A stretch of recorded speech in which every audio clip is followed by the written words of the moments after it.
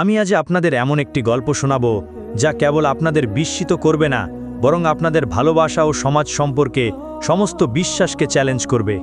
এই গল্পটি একজন হাসপাতালের নিরাপত্তারক্ষী সম্পর্কে, যিনি একজন বয়স্ক ডাক্তারের সঙ্গে অপ্রত্যাশিত সম্পর্ক গড়ে তোলেন।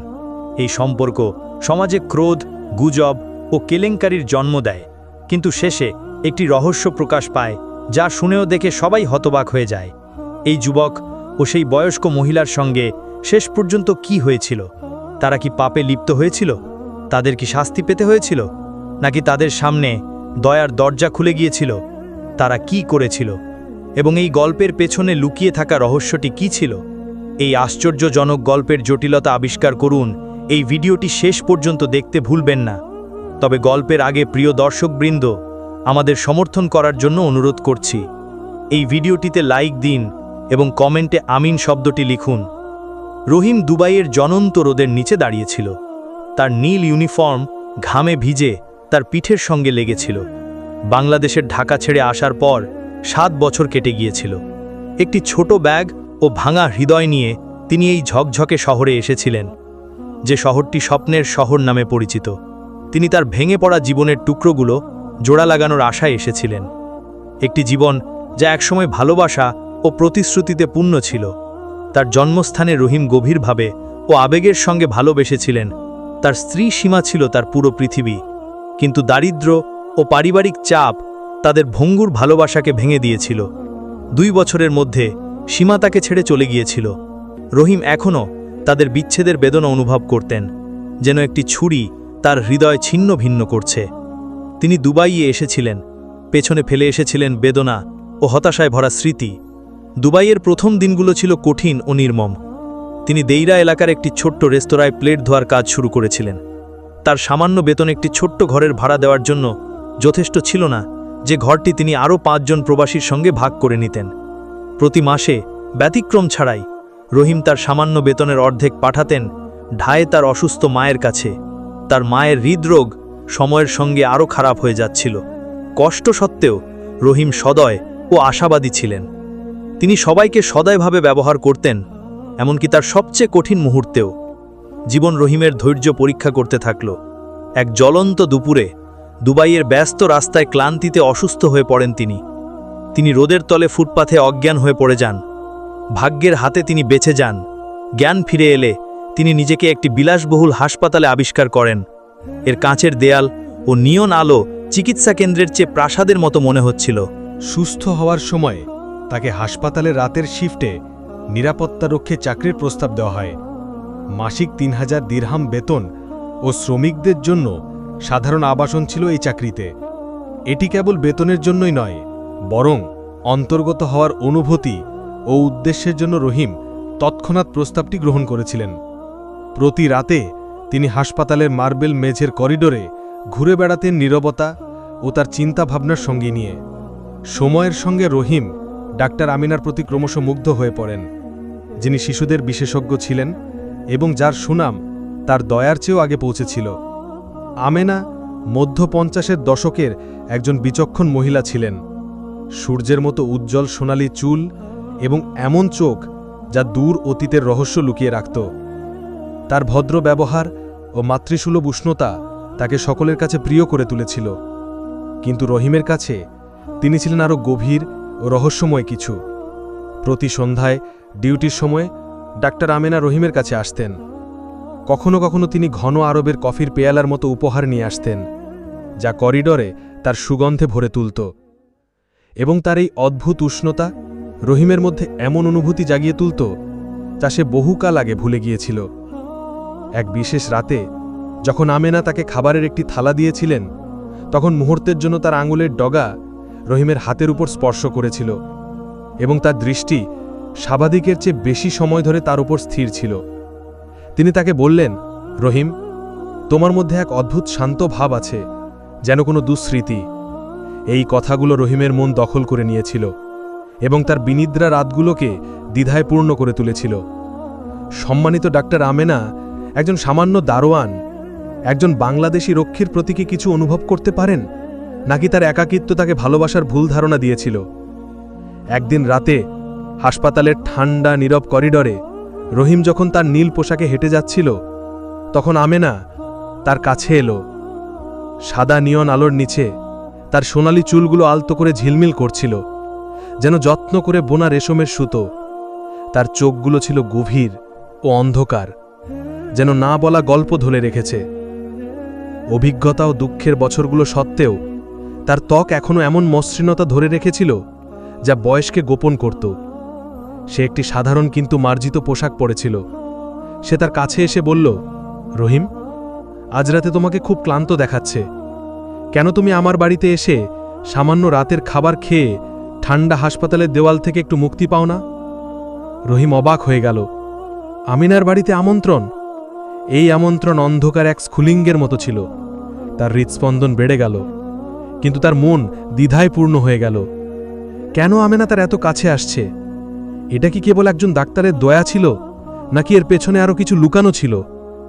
কৌতূহল ও সঙ্গের তীব্র আকাঙ্ক্ষার বশে সে রাজি হল এবং তার বাড়ির দিকে রওনা হল। সেই রাতে যখন রহিম আমেনার অ্যাপার্টমেন্টে প্রবেশ করল, তখন তার মনে হল যেন সে অন্য কোনো জগতে চলে এসেছে। অ্যাপার্টমেন্টটি উষ্ণ ও শান্ত ছিল, সিম্পল কিন্তু আরামদায়ক শয্যায় সজ্জিত। ঘরটি ঘরে তৈরি খাবারের গন্ধে ম করছিল, নরম মোমবাতির আলোয় আলোকিত। আমেনা শান্তভাবে রহিমকে তার অতীত সম্পর্কে কথা বলতে উৎসাহিত করল। রহিম দ্বিধায় ভরা কণ্ঠে ঢাকার জীবন, শিমুর সাথে তার বেদনাভায়ক বিচ্ছেদ এবং তার জীবনের কষ্টের কথা বলল। আমেনা মনোযোগ দিয়ে শুনছিল এবং যখন রহিম তার কথা শেষ করল তখন তার চোখে সহানুভূতি ঝিলমিল করছিল। আমেনা তার হাত বাড়িয়ে রহিমের কাঁপতে থাকা আঙুলের ওপর তার উষ্ণ হাত রাখল। সে মৃদুস্বরে বলল, তুমি যতটা ভাবো তার চেয়েও শক্তিশালী রহিম। সে তাকে বলল, তোমার ক্ষতগুলো দুর্বলতার চিহ্ন নয়, বরং এগুলো তোমার সাহস ও ধৈর্যের প্রমাণ। তার স্পর্শে রহিমের হৃৎস্পন্দন বেড়ে গেল, তার মধ্যে এক অদ্ভুত উষ্ণতা ছড়িয়ে পড়ল। আমেনার দয়ার প্রকৃতি নিয়ে সন্দেহ করার সাহস করে প্রায় অস্পষ্ট স্বরে সে বলল, কেন আপনি আমার মতো একজনের প্রতি এত মনোযোগ দিচ্ছেন? আমেনা তার চোখের দিকে তাকিয়ে রইল, তার চোখ আবেগে চিকচিক করছিল। সে বলল, তুমি আমাকে এমন কিছুর কথা মনে করিয়ে দিচ্ছ যা আমি হারিয়েছি, এমন একটি স্মৃতি যা আমি দীর্ঘদিন ধরে পুষে রেখেছি। রাত বাড়ার সাথে সাথে তাদের কথোপকথন গভীর হল। আমেনা তার অতীতের টুকরোগুলো উন্মোচন করল, তারুণ্যের স্বপ্ন, অন্যের সেবায় কাটানো বছরগুলো এবং এমন এক গোপন দুঃখ যা সে প্রকাশ করতে পারছিল না। রহিম অনুভব করল যে সে আরও গভীর কিছু লুকাচ্ছে, এমন এক ভারী বোঝা যা তার আত্মাকে ভারাক্রান্ত করে তুলেছে। পরের রাতে রহিম বহুবার আমেনার অ্যাপার্টমেন্টে ফিরেছিল এবং প্রতিটি সাক্ষাতেই তাদের মধ্যেকার আরও বাধা ভেঙে গিয়েছিল। রহিম হাসপাতালে অদ্ভুত কিছু বিষয় লক্ষ্য করতে শুরু করল। সে বেনামি বার্তা পাচ্ছিল যা তাকে আমেনার কাছে না যাওয়ার জন্য সতর্ক করত, এবং একবার সে হাসপাতালের আর্কাইভে তাকে কাঁদতে কাঁদতে এক অপরিচিত মহিলার সাথে কথা বলতে শুনেছিল।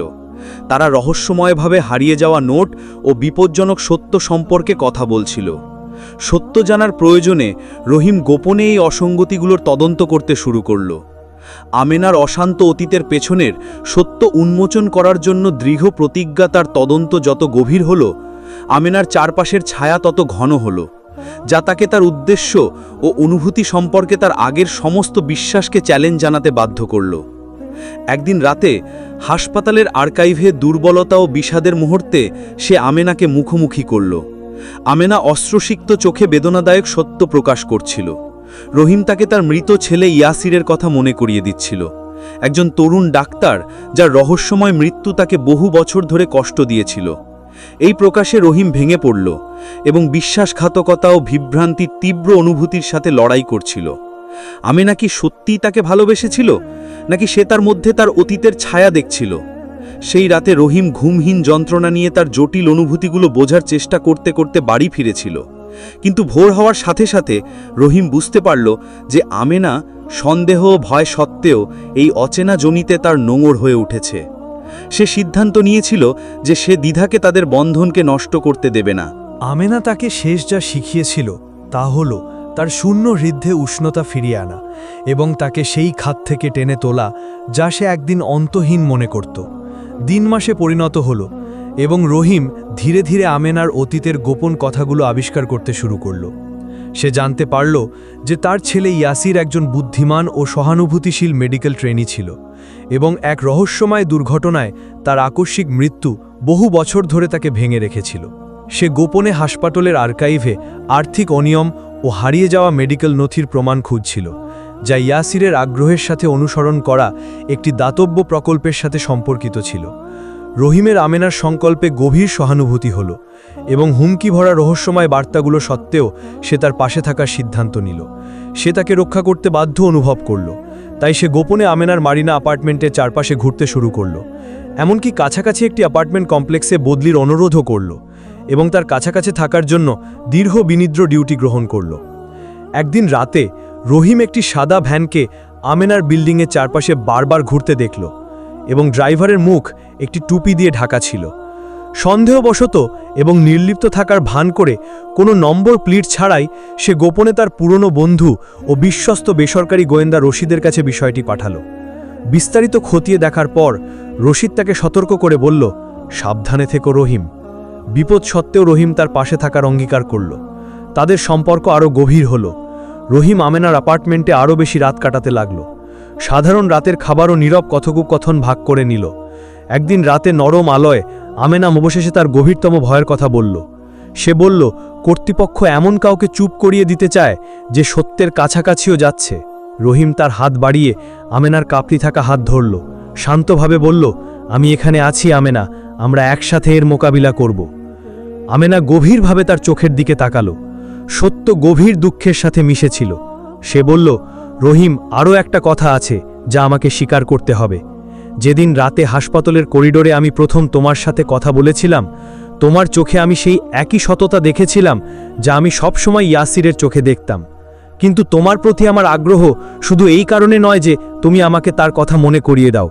তুমি আমার জীবনের স্মৃতি ও বেদনার বাইরেও অর্থ ফিরিয়ে এনেছ। তুমি এমন একজন মানুষ যাকে আমি মূল্য দিই। ডক্টর আমেনার মতো পদ ও অভিজ্ঞতা সম্পন্ন একজন মহিলা কি সত্যি তার মতো একজন সাধারণ পুরুষকে ভালোবাসতে পারে, নাকি সে আবার ভুল করল? রহিম ভাঙা গলায় ফিসফিস করে বলল, তুমি কি নিশ্চিত আমেনা? আমি তো শুধু একজন সাধারণ দারোয়ান। আমেনা তাকে মৃদু দৃঢ়ভাবে থামিয়ে দিল। মানুষ ছাড়া পৃথিবী কিছুই নয় রহিম, তুমি আমার পৃথিবী। তোমার কারণেই আমার জীবনের অর্থ হয়েছে। রহিম তখন ঢাকার কথা ভাবল, তার মায়ের অভিশাপ, তার চাচার কথা যে সে কখনো বাবা হতে পারবে না। কয়েক মাস পরে তাদের অলৌকিক ঘটনা মূর্ত হল মারিয়ার মধ্যে।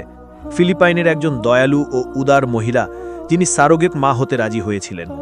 দুবাইয়ের উন্নত চিকিৎসা প্রযুক্তি ব্যবহার করে মারিয়া সফলভাবে রহিমের এবং আমেনার সন্তানের জন্ম দেন। তাদের স্বপ্ন, তাদের ভালোবাসা এবং তাদের ধৈর্যের চূড়ান্ত পরিণতি বহন করে। সন্তানের জন্মের খবর দ্রুত ঢাকাতে ছড়িয়ে পড়ে। প্রথমে প্রত্যাখ্যান ও দ্বিধা দেখা দিয়েছিল। নুসরাত পুরনো রীতিনীতি ও সন্দেহ দ্বারা প্রভাবিত হয়ে সারোগেসি এবং চিকিৎসা অলৌকিকতার ধারণা বুঝতে পারছিলেন না। কিন্তু সময়ের সাথে সাথে রহিমের ধৈর্যপূর্ণ ব্যাখ্যা এবং আন্তরিক অনুরোধ তার দ্বিধা কমিয়ে এনেছিল। এই গল্পের শেষ পর্যন্ত আমার সাথে থাকার জন্য ধন্যবাদ। আপনার কি মনে হয়, রহিম আমেনাকে বিয়ে করে ঠিক কাজ করেছে? ভালোবাসার কি কোনো নির্দিষ্ট বয়স আছে নাকি নেই? অনুগ্রহ করে মন্তব্যে আপনার মতামত লিখুন। পরের ভিডিওতে আমরা তা নিয়ে আলোচনা করব। বিদায়। মহান আল্লাহর কাছে আপনাদের সপর্দ বললাম।